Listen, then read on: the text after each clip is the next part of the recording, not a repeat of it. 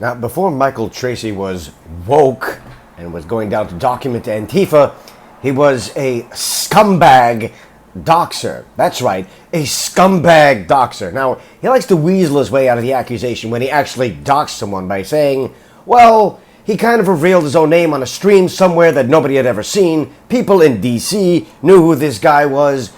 That's not the point. You want to claim that you're against cancel culture?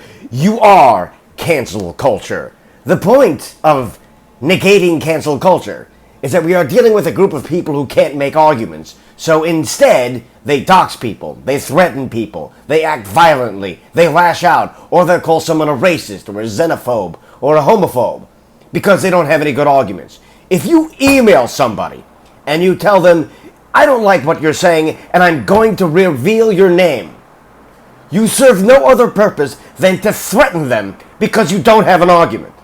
No one's buying this fucking bullshit of, hey, somebody else knew his name, or people in D.C. knew he was. No one gives a fuck. You resorted to fucking other takes other than debating the fucking issues because you couldn't argue your way out of a goddamn paper bag. You're a low-life fucking scumbag. Journalist doxes popular Twitter account, Neon Taster. White nationalists rejoice. On January 11th, popular anonymous Twitter user Neon Taster was doxed by former Young Turks reporter Michael Tracey. Addressing his followers, Neon Taster explained that Tracey's threat to reveal his identity first began last February, with Tracey sending him an email stating, I believe I've ascertained your identity. I believe it would be journalistically valid to reveal it given the platform you have accrued. Neon Taster wrote, I was going to give him a pass, but he seems very eager for me to tell the story of how he threatened to dox me because he discovered I was related to someone he intensely dislikes. He literally sent me a I believe in internet anonymity but email. Hey, I respect anonymity, but someone sent me your personal information and you're related to someone I intensely dislike, so please explain to me why I shouldn't publish it. Fucking lowlife. The doxing came after Neon Taster asked Tracey to stop following him on Twitter, a reaction prompted by Tracey openly insulting him. Tracey began to leak details about Neon Taster's identity immediately and within an hour of their interaction. The former Young Turk reporter published a thread revealing the identity of then anonymous user.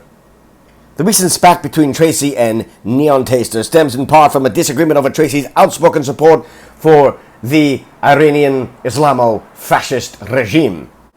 In the wake of the attack of the U.S. Embassy in Iraq by Iranian-backed militia in December, Tracey took it upon himself to become an ardent defender of the Iranian regime, which only a day ago admitted to shooting down a civilian airliner amidst its brief bombing campaign of U.S. bases in Iraq following President Trump's removal of its top general, Qasem Soleimani, from the battlefield.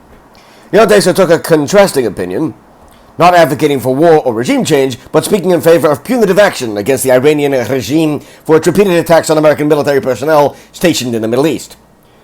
The disagreement came to a head as Tracey first threatened to unmask Neon Taster, followed up by a tweet purportedly revealing the pseudo-anonymous commentator's personal identity and that of his uncle.